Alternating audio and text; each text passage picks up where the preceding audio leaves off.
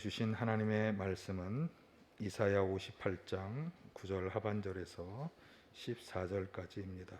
이사야 58장 9절 하반절에서 14절까지 제가 세번역 성서로 봉독해 드립니다. 내가 너희 나라에서 무거운 명예와 온갖 폭력과 폭언을 없애버린다면, 내가 너의 정성을 굶주린 사람에게 쏟으며 불쌍한 자의 소원을 충족시켜주면 너의 빛이 어둠 가운데서 나타나며 캄캄한 밤이 오히려 대낮같이 될 것이다.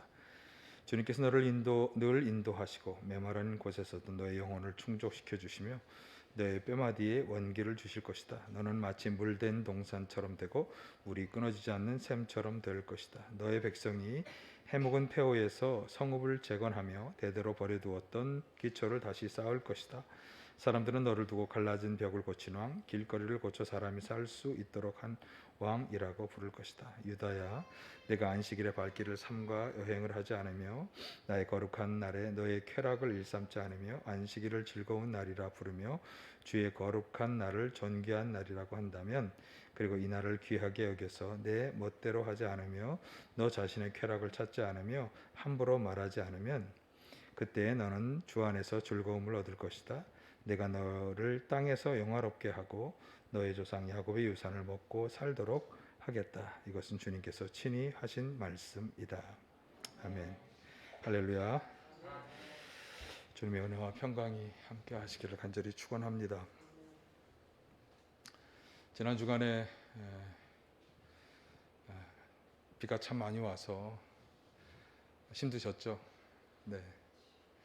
우리 교회를 좀 저희가 멀리 있어서 좀 교회 사정이 어떻습니까 여쭤봤더니 오시다가 막 넘어지고 그러셨대요. 굉장히 빗살이 많이 내려오는 시간이라서. 다들 괜찮으셨나요? 네, 뭐 저를 피해가 있었습니다 이렇게 저한테 온 전화가 없어서 다들 뭐 괜찮으신 줄 압니다만, 어쨌든 여름 잘 지나가시기를 축원합니다. 오늘 본문 말씀은 9절 하반절에서 14절까지 진행이 되고 있습니다만, 저도 렉션놀이에서 나온 그대로 말씀을 보았습니다만 사실은 1절부터 계속 연결되는 연장선상에 있는 말씀입니다. 그래서 하나님께서 이스라엘 백성들의 잘못된 신앙생활에 대해서 강하게 비판하시는 말씀이 1절에서 9절 상반절까지 나오고, 이제 거기에 대해서 이제 어떻게 고쳐야 할 것인지, 하나님이 원하시는 게 어떤 것인지에 대한 말씀을 이제 오늘 본문에서 하고 있습니다. 그래서 1절에서 9절 상반절까지 그러면 하나님이 어떤 말씀을 하셨는가?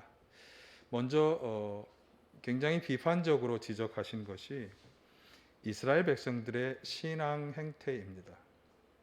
하나님께서는 그들의 신앙이 공허하고 무의미하다 이렇게 말씀하시고 있어요. 자, 1, 2절을 한번 같이 보겠습니다. 목소리를 크게 내어 힘껏 외쳐라. 주저하지 말아라. 너의 목소리를 나팔소리처럼 높여서 나의 백성에게 그들의 허물을 알리고 야곱의 집에 그들의 죄를 알려라. 그들이 마치 공의를 행하고 하나님의 규례를 저버리지 않는 민족이나 되듯이 날마다 나를 찾으며 나의 길을 알기를 좋아한다. 그들은 무엇이 공의로운 판단인가를 나에게 묻고 하나님께 가까이 나가기를 즐거워한다고 한다. 그러니까 마치 하나님의 백성들이 공의를 행하고 규례를 잘 지키고 하나님을 찾고 하나님을 알기를 원하며 하나님 앞에 잘 나와서 하나님의 뜻을 구한다는 것처럼 말하지만, 그러나 사실 그들은 죄를 범하고 있다. 그들의 죄를 알려라 이렇게 말씀하고 있습니다. 그러니까 오늘 우리가 나는 신앙생활을 참 잘하고 있다, 열심히 하고 있다 이렇게 생각하지만, 내가 판단할 것이 아니라 하나님께서 보실 때 나의 신앙생활이 어떤가, 이제 이것을 좀 살펴보아야 하는 것인데, 지금 이스라엘 백성들은 하나님께서 보실 때 그렇게 그들이 잘 신앙생활하는 것처럼 보이지만 그렇지 않다. 그들은 오히려 죄를 범하고 있다. 그렇게 말씀하고 있죠. 그러면서 3절에서 5절에서 그들의 잘못된 금식 행태를 지적하고 있습니다. 한번 보실까요? 주님께서 보시지도 않는데 우리가 무엇 때문에 금식합니까? 같이 합니다. 주님께서 알아주시지도 않는데 우리가 무엇 때문에 고행을 하겠습니까? 너희들이 금식하는 날 너희 자신의 향락만을 찾고 일꾼들에게 무리하게 일을 시킨다. 너희가 다투고 싸우면서 금식을 하는구나. 이렇게 못된 주먹질이나 하려고 금식을 하느냐? 너희의 목소리를 저 높은 곳에 들리게 할 생각이 있다면 오늘과 같은 이런 금식을 해서는 안 된다. 이것이 어찌 내가 기뻐하는 금식이겠느냐? 이것이 어찌 사람이 통회하며 괴로워하는 날이 되겠느냐? 멀대를 갈 때처럼 숙이고 굵은 배와 재를 깔고 앉는다고 해서 어찌 이것을 금식이라고 하겠으며 주님께서 너희를 기쁘게 반기실 날이라고 할 수 있겠느냐? 예. 당시 이스라엘 사람들이 하나님을 잘 섬기는 사람들이 반드시 해야 하는 것 중에 하나가 이제 금식인데, 자신들이 신앙생활을 잘 한다고 하면서 대표적으로 내세우는 것이 금식이었는데, 그런데 여기 지금 이 구절에 의하면 여기 뭐라고 말씀하죠? 이런 금식을 해서는 안 된다. 이게 내가 기뻐하는 금식이겠느냐? 하나님이 전혀 알아주지 않는, 기뻐하시지 않는 그런 금식을 하면서 하는 그런 신앙생활을 하고 있다는 거죠. 그러면서 여기 지적하고 있는 것들을 한번 다시 보실까요? 자, 한번 다시 앞으로 잠깐 보시면 향락을 추구하는 것, 일꾼들을 무리하게 일을 시키는 것, 또 다투고 못된 주먹질이나 하는 것, 이런 것 등을 언급하고 있습니다. 그러니까 이런 일들을 행하면서 하는 금식, 혹은 이런 일들을 행하면서 하는 신앙생활, 이런 것이 하나님 볼 때는 야, 그게 내가 받는 금식이겠느냐? 그게 내가 받는 신앙생활이겠느냐? 이렇게 말씀하시는 것입니다. 그러면서 이제 6, 7절에서 하나님이 정말 기뻐하는 금식이 무엇이냐? 이건 조금 은유적인 말씀인데, 그러니까 하나님이 기뻐하시는 금식이 되려면 이제 이런 일들이 이루어지면서 해야 한다, 이런 말씀이겠죠. 그래서 하나님이 원하시는 것이 무엇인지, 이스라엘 백성들의 문제가 무엇인지를 말씀한 것입니다.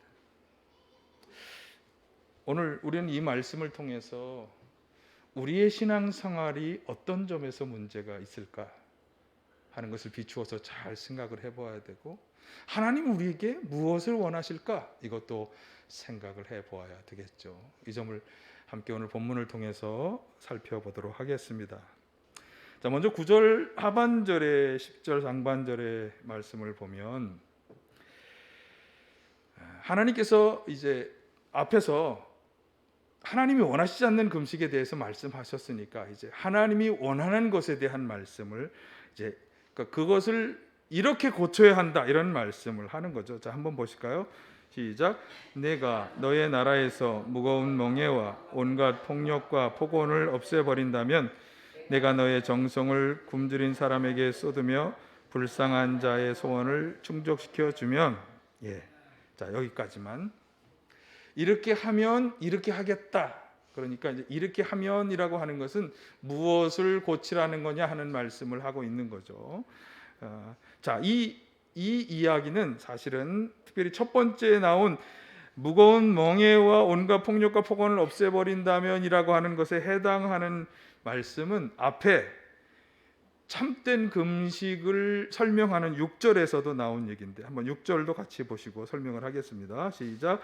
내가 기뻐하는 금식은 부당한 결박을 풀어주는 것, 멍에의 줄을 끌어주는 것, 압제받는 사람을 놓아주는 것, 모든 멍에를 꺾어버리는 것, 바로 이런 것들이 아니냐. 자, 하나님이 그 백성들이 행하는 것들 중에서 정말 고치기를 원하는 것, 첫 번째는 그들 중에서 이런 것을 없애야 한다, 이런 것을 해결해야 한다고 하는 측면에 첫 번째는 무거운 멍에를 없애야 한다. 여러분, 멍에는, 자, 여기 사전적으로 제가 설명해, 멍에는 속박, 굴레, 억압, 이런 것을 가지고 있는 것입니다. 두 가지로 해석할 수 있겠는데, 첫째는 일단 백성들 가운데 하나님이 보실 때 다른 사람을 멍에를 씌우는 일을 하고 속박하고 굴레를 씌우는 일을 하는 사람들에 대해서 하시는 경고의 말씀으로 받아들일 수 있겠고, 또 하나는 자기 스스로 무언가에 얽매여 있고 속박되어 있고 종이 되어 살아가는 그 다른 무언가의 배경에는 틀림없이 사단이 있을 것입니다만, 그렇게 두 가지 종류의 속박, 억압, 노예가 되어 살아가는 것, 이런 것들을 다 없애버려야 한다. 거기로부터 풀어져야 한다. 자유로워지고 해방되어야 한다. 이런 말씀을, 아니면 해방을 시켜주어야 한다. 이런 말씀이 되겠습니다. 예수님께서 누가복음 4장 18절에서 공생의 활동을 시작하시면서 하나님이 나에게 이런 일을 하려고 하신다라고 하는 말씀을 보면 여기에도 그 말씀이 나옵니다. 주님의 영이 자신에게 임하셔서 기름을 부어주셔서 무슨 일을 하게 하셨느냐 하는 설명 중에서 주님께서, 빨간 표시, 주님께서 나를 보러 오셔서 포로된 사람들을 해방을 선포하고, 그 다음 그리고 눈먼 사람에게 눈을 뜨게 하고 억눌린 사람들을 풀어주게 한다라고 하는 본인의 사역에 대한 비전을 이야기하신 것에도 바로 이 상황이 포함이 되고 있습니다. 그래서 우리는 내가 누군가를 속박하고 멍에를 지워주고 종이 되게 하는 이런 일들을 하지 말아야 할 뿐만 아니라, 또한 나 스스로도 뭔가에 억눌려 있고 포로되어 살아가는 것, 그것이 무엇일까요? 그것이 인생의 쾌락이 될 수도 있겠고, 돈이 될 수도 있겠고, 높은 지위, 명예, 이런 것일 수도 있겠지만, 하여튼 그렇게 뭔가 나를 속박하고 그것에 얽매여 살아가게 만드는 그런 것들로부터 다 어떻게 해야 한다? 그런 것을 다 없애야 한다. 그런 것으로부터 자유로워져야 한다. 해방되어야 한다.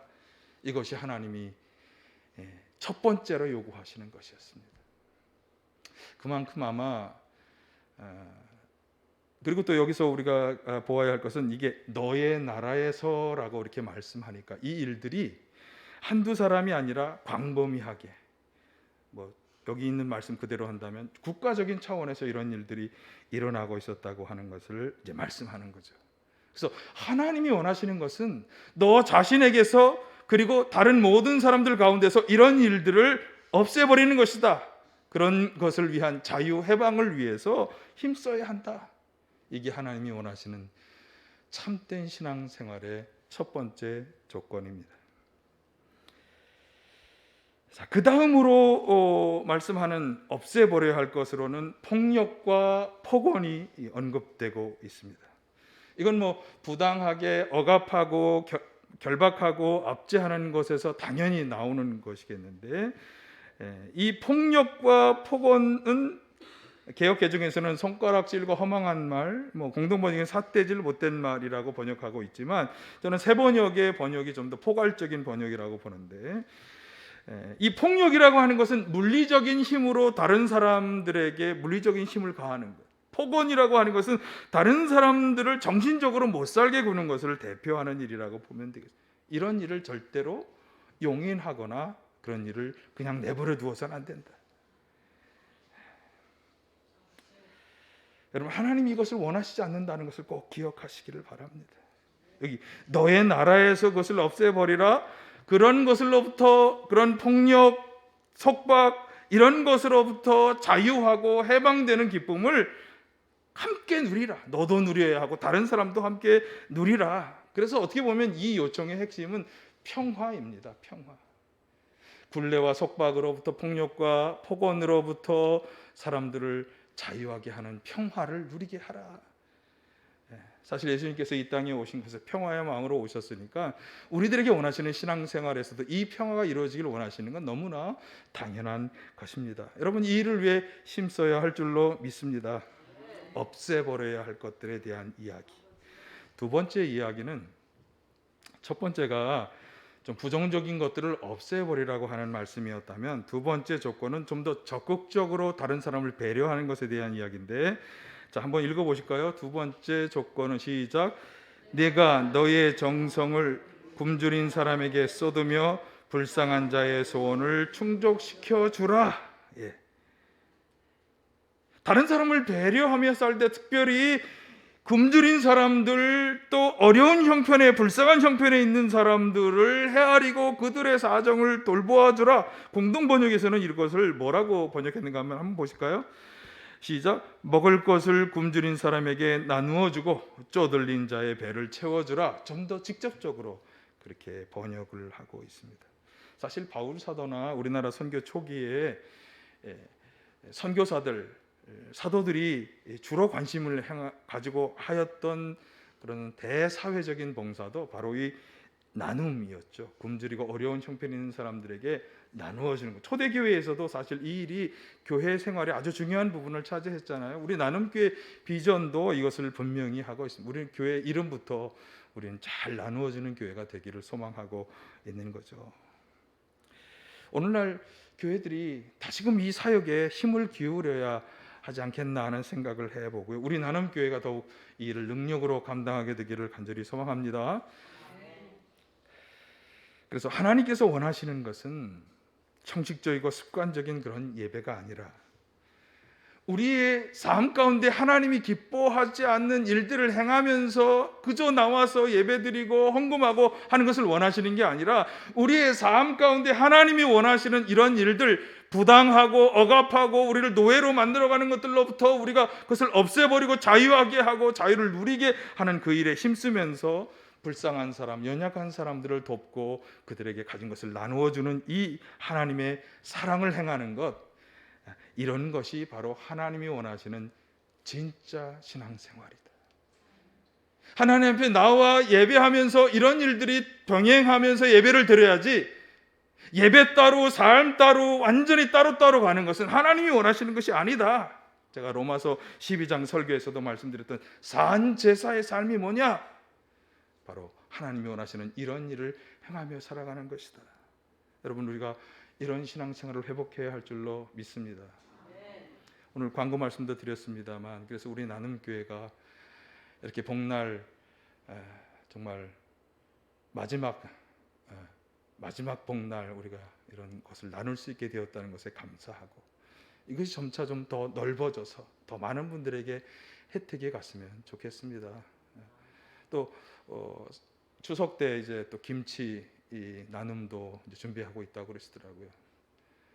사실은 이런 나누는 일을 하는 건 참 좋은 일이에요. 그런데 봉사가 한두 사람에게 집중이 되면 참 힘들죠. 여러분, 함께 이 일에 협력하시길 바라요. 예. 왜 협력해야 합니까? 하나님이 기뻐하시는 신앙생활이니까. 이것이 돼야만 우리의 신앙이 제대로 했다고 하나님이 인정하시니까 그렇게 하실 수 있기를 간절히 축원합니다. 자, 그리고 두 번째로는 안식일 준수와 관련해서 말씀을 드리는데, 사실 이것은 여러 가지 배경 설명이 필요하겠습니다만 제가 다른 때 이미 한 적이 있기 때문에 주일 성수다 이렇게 간단하게 요약해서 말씀을 드리겠습니다. 13절을 보실까요? 시작. 유다야 내가 안식일에 발길을 삼가 여행을 하지 않으며 나의 거룩한 날에 너의 쾌락을 일삼지 않으며 안식일을 즐거운 날이라고 부르며 주의 거룩한 날을 존귀한 날이라고 한다면, 그리고 이 날을 귀하게 여겨서 내 멋대로 하지 않으며 너 자신의 쾌락을 찾지 않으며 함부로 말하지 않으면. 자, 여기서도 마찬가지로 조건이죠. 조건적인 명령의 말씀인데, 자, 우선 안식일에 한번 보실까요? 안식일에 발길을 삼가 여행하지 않으며 나의 거룩한 날에 너의 쾌락을 일삼지 말라, 이렇게 표현하고 있습니다. 자, 공동 번역으로 한번 보실까요? 시작. 나의 거룩한 날에 돈벌이를 하느라고 안식일을 짓밟지 말아라. 그날을 존중하여 여행도 하지 말고 돈벌이도 말고 상담 같은 것도 하지 마라, 이렇게 번역하고 있습니다. 그러니까 안식일, 주일에 여행을 하거나 돈을 버는 것 등의 일을 하지 말라는 말씀인데, 왜 그러냐? 이런 행동이 안식일을 짓밟는 행동이다, 그렇게 말씀하고 있죠. 이 공동 번역이 좀 세게 번역을 했어요. 그렇죠? 예. 그런데 안식일을 짓밟는다는 건 죄가 된다, 이런 말이 되겠죠. 그러면 왜 이렇게 해야 하는가? 사실 이 성경 시대 그대로 우리가 오늘날 그대로 이것을 지키느냐, 이건 좀 생각을 해봐야 되겠는데, 어쨌든 정신은 우리가 봐야 되는 거죠. 어떤 정신이, 이 계명에 어떤 정신이 있는 거냐? 안식일 준수라고 하는 계명에 안식일은 주님이 무슨 날이라고 하셨습니까? 이 날은 거룩한 하나님 자신의 날이라고 말씀하고 있어요. 그러니까 안식일에 우리가 최우선으로 관심을 가지고 초점을 두어야 하는 것은 하나님이시라는 거죠. 하나님께 집중해야 하는 날인데, 그래서 그날 여행이나 돈 버는 일을 하면 이게 무슨 일인가 하면 자기 자신의 즐거움을 추구하고 그리고 자기 자신의 이익을 추구하고 하는 그런 일이 된다면 그러면 안 된다라는 그런 말씀이 되겠습니다. 사실 우리는 주일에 하나님께서 예수님을 통해 우리의 죄를 다 용서하시고 구원해 주신 구원의 은혜를 회상하고 상기합니다. 그리고 그 예수님을 통해서 그 은혜를 베풀어 주신 우리가 하나님을 기억하고 그 하나님이 원하시는 것을 다시금 확인하면서 내가 그렇게 살기로 결단하고 다짐하는 것이 이것이 주일 예배잖아요. 그러니까 우리는 예배를 통해서 하나님께 우리의 관심을 집중하고 그분이 원하시는 것에 대해서 관심을 집중하는 건 사실 너무나 당연한 것이에요. 그래서 지금 거기에 대해서 추가적으로 자기의 유익과 즐거움을 위한 일을 좀 금해라 이렇게 말씀하는 거죠. 그러니까 오늘날과 같이 다변화되고 아주 복잡한 사회에서 이걸 그대로 지키기는 좀 어렵다고 생각이 되지만, 그러나 이 정신, 무엇보다 하나님께 집중하고 하나님께 우리가 정성을 다해서 예배를 드려야 한다, 이것은 틀림이 없는 사실이겠어요. 그래서 두 번째로도 그 말씀을 하는 거예요. 안식일을 기쁜 날, 존귀한 날이라고 부르며 귀하게 여기라. 자, 한번 같이 보실까요? 시작. 안식일을 기쁜 날, 존귀한 날이라고 부르며 귀하게 여기라. 여러분, 이게 제 말이 아니고 그냥 말씀 그대로 따온 것입니다. 오늘날 점차 예배가 형식화되고 또 습관화되면서 우리가 좀 잃어버리기 쉬운 것을 잘 지적하는, 다시금 우리가 새롭게 해야 하는 경각심을 가지게 하는 말씀이, 주님의 날을 다른 어떤 날보다 어떻게 하라? 기쁘고 존귀하게 여기라. 여러분, 주일이 여러분에게 기쁜 날이십니까? 존귀한 날이십니까? 네, 그렇게 되시길 간절히 축원합니다. 하나님 앞에 나와서 그분 앞에 내가 한 주간 동안 정말 우리가 지었던 모든 죄를 회개하고 용서받고 다시금 구원의 은혜를 깨닫고 감사하고 하는 이런 기쁜 날.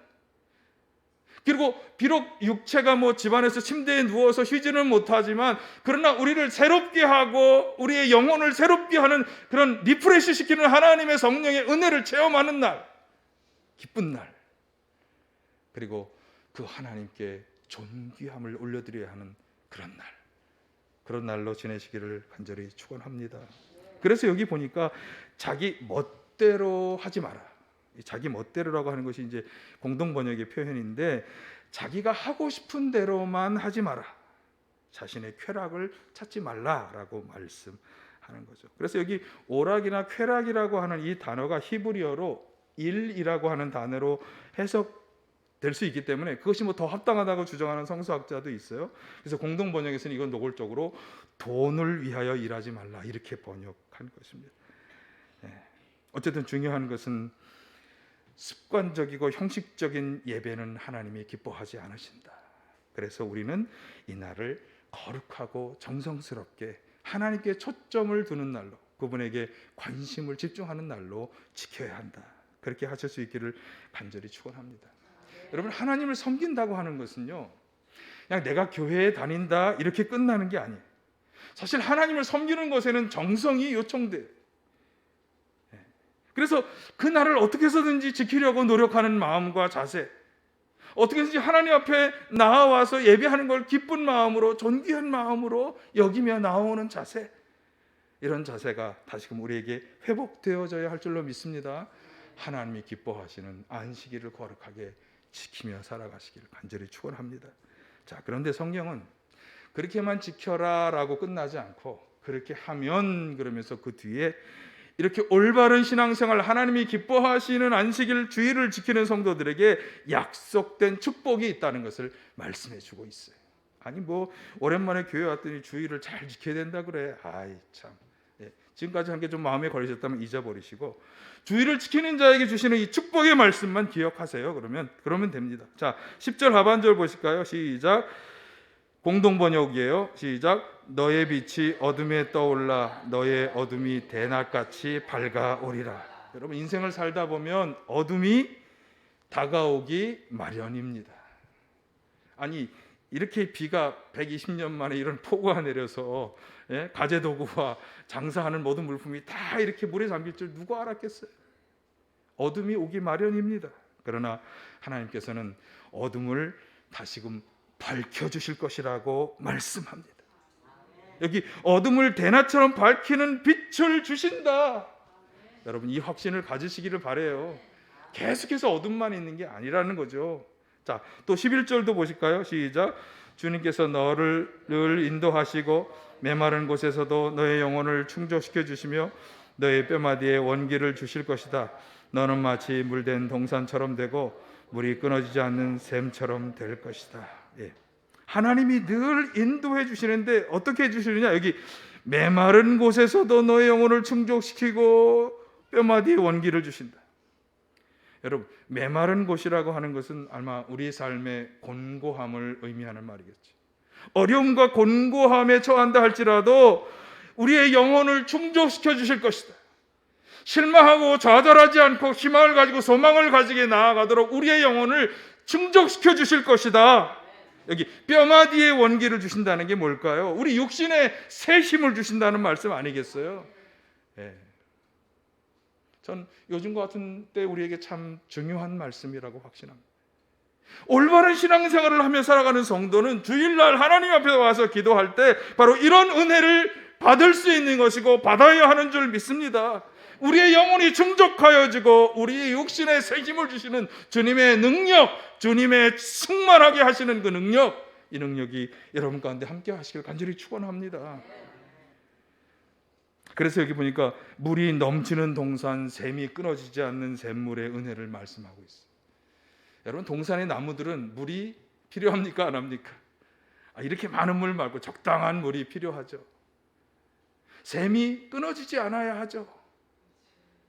이런 은혜가 함께하는 것입니다. 그런데 가만히 보니까 이 말씀은요, 하나님의 은혜 가운데 여기 생수가 계속 끊어지지 않는 샘처럼 생수가 우리 가운데 솟아나면 어떻게 되는 줄 아세요? 여러분뿐만 아니라 여러분에 인해서 여러분의 주변에 있는 사람들 다 그 생수를 마시게 되는 거예요. 결국 우리로 인해서 우리 주변에 있는 사람들도 하나님의 은혜를 체험하며 생명의 샘의 그 은혜를 체험하며 살아갈 수 있게 된다는 말씀입니다. 이게 뭐냐면 아브라함이 약속하신 복의 근원의 축복, 그 축복을 우리가 누리며 나누는 자가 되는 것입니다. 이 물된 동산, 끊어지지 않는 샘물의 은혜를 확신하시기를 바랍니다. 누구에게? 올바르게 신앙생활을 하며 살아가는 성도에게 이 은혜를 주신다. 그래서 본문에서 어둠을 언급했고 메마른 곳을 언급하는 건 사실 우리의 인생에 이런 곤고함, 어려움은 피할 수 없는 것임을 말씀해 주면서 동시에 그렇지만 하나님은 그런 어려움과 곤고함 가운데 은혜를 베풀어 주신다. 하나님의 빛, 하나님의 인도하심, 하나님의 샘물의 은혜가 우리를 모든 어려움과 곤고함 가운데서 선한 길로 인도해 주신다. 이 확신을 가지시기를 간절히 바랍니다. 그러면서 이제 백성들에게 주시는 이것은 뭐 후손 대대로 받는 그런 축복이라고 해석이 되는데 12절 상반절에 보면 같이 보실까요? 공동 번역입니다. 너의 아들들은 허물어진 옛 터전을 재건하고 오래오래 버려두었던 옛 터를 다시 세우리라. 여러분 무너진 것을 다시 일으켜 세울 수 있는 은혜는 참 복된 것입니다. 왜냐하면 우리의 삶은 무너질 위험들을 맞이하기 때문이죠. 그러나 내 대에 무너졌다 하더라도 우리의 후대에 그 무너진 것이 다시 세워진다면 얼마나 복된 일일까요? 그렇죠? 여러분, 여러분에게 좀 여러분의 삶에 좀 미흡하고 어려운 점들이 있습니까? 나에게 해결되지 않는 문제가 내 후손에 대해서는 하나님이 다시 재건하고 세워주신 은혜를 주신다. 아멘. 이 확신도 가지시길 바래요. 올바로 신앙생활하는 성도에게는 이런 은혜를 주시는, 내가 좀 미진한 인생을 살아와도 우리 자손에 대해서는 그런 것들을 다 새롭게 재건시켜 주실 것이다. 네, 이 확신을 가지시기를 바라고요. 사실 이 말씀은 반대 측면의 경고가 되기도 합니다. 내가 신앙생활을 제대로 하지 못했을 때 어떤 일이 벌어질 것인가에 대한 경고의 말씀도 잘 들으시면 좋겠습니다. 어쨌든 올바른 신앙생활을 통해서 우리 자신이 하나님의 은혜와 축복 가운데 살아갈 뿐만 아니라 우리의 자손 대대로 하나님의 축복 가운데 쓰임받는 자손들이 다 되시길 간절히 축원합니다. 자, 14절은 안식일을 지키는 자에게 주시는 축복의 약속이에요. 13절이 이제 안식일에 대한 말씀이었기 때문에 14절은 참된 안식일을 지키는 자에게 축복의 약속. 자, 14절 시작. 그때 너는 주 안에서 즐거움을 얻을 것이다. 내가 너를 땅에서 영화롭게 하고 너희 조상 야곱의 유산을 먹고 살도록 하겠다.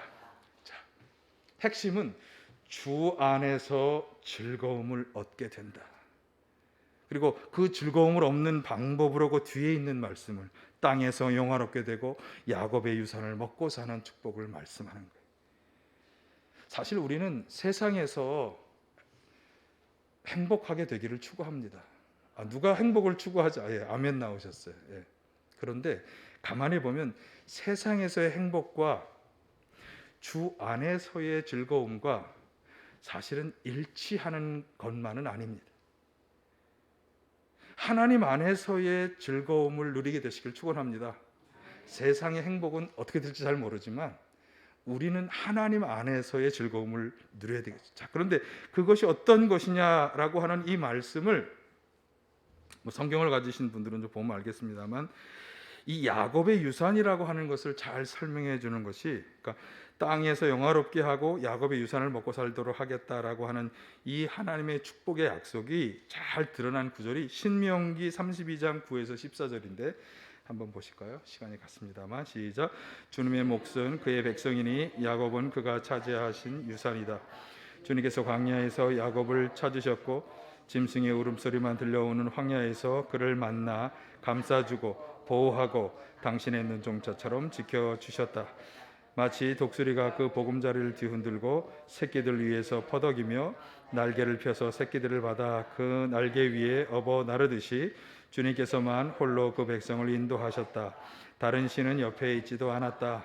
주님께서 그 백성에게 구원지대를 차지하게 하시며 밭에서 나온 열매를 먹게 하시며 바위에서 흘러내리는 꿀을 먹게 하시며 단단한 바위에서 흘러내리는 기름을 먹게 하셨다. 소젖과 양젖과 어린 양의 기름과 바산의 순양과 염소의 고기와 잘 익은 밀과 붉은 빛깔 포도주를 마시게 하셨다. 자, 이 말씀 아주 여러 말씀을 하는 것 같지만 크게 세 가지로 요약이 되는데 제 말만 들으시면 되겠습니다. 집에서 한번 읽어보시고, 첫째는 하나님이 보호해 주신다. 그리고 인도해 주신다. 그리고 밭과 짐승의 소산물들을 풍성히 먹게 하신다. 이런 축복을 역사적으로 이스라엘 백성들에게, 야곱의 자손들에게 주셨다는 거예요. 유산으로 주셨다는 거예요. 그것을 차지하느냐 못하느냐는 또 다른 문제고, 이것을 약속으로 주셨기 때문에 주님이 주시는 말씀하신 이 안식일을 잘 지키며 살아가는 자에게는 이런 것들을 누리며 즐거움을 누리게 하겠다는 거예요. 아멘. 여러분 아멘으로 받으시기를 바랍니다. 예. 참된 안식일을 지키는 자에게는 이런 하나님의 축복의 약속이 그 사람에게 오는 약속의 당사자가 될 수 있다는 거예요. 예, 이 축복의 당사자들이 되시길 바라요. 어떻게 함으로? 안식일을 잘 지키며 살아감으로. 예. 여러분, 하나님께 속한 온전한 하나님의 백성이 된다는 것은 하나님이 원하시는 대로 실천하며 살아가는 사람이 그렇게 되는 것이지, 내가 원하는 방식대로 내가 습관화되고 알게 되온 어떤 인생의 신앙 행태대로 되는 게 아니에요. 하나님의 말씀을 잘 듣고 거기에 순종해야 합니다.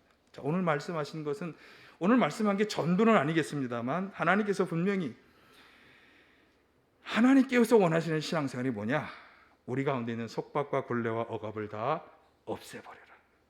우리 주변에 연약한 사람, 먹을 것 물질이 없어 고생하는 이웃을 돌보아주고 하나님의 사랑을 실천하라. 그리고 하나님이 원하시는 정적이고 습관적인 예배가 아니라 하나님의 날을 기쁘고 존귀하게 여기며 그 날을 잘 지키라. 이렇게 살아가라고. 그러면 하나님이 약속하신, 오늘 본문을 통해 약속하신 복을 주시겠다고 분명히 말씀하고 있습니다. 여러분, 하나님께서 원하시는 삶, 원하시는 예배를 잘 드리셔서 진정으로 하나님에 속한 백성으로 확인받으시고 그 백성에게 주시는 하나님의 축복을 다 누리며 살아가게 되시길 간절히 축원합니다.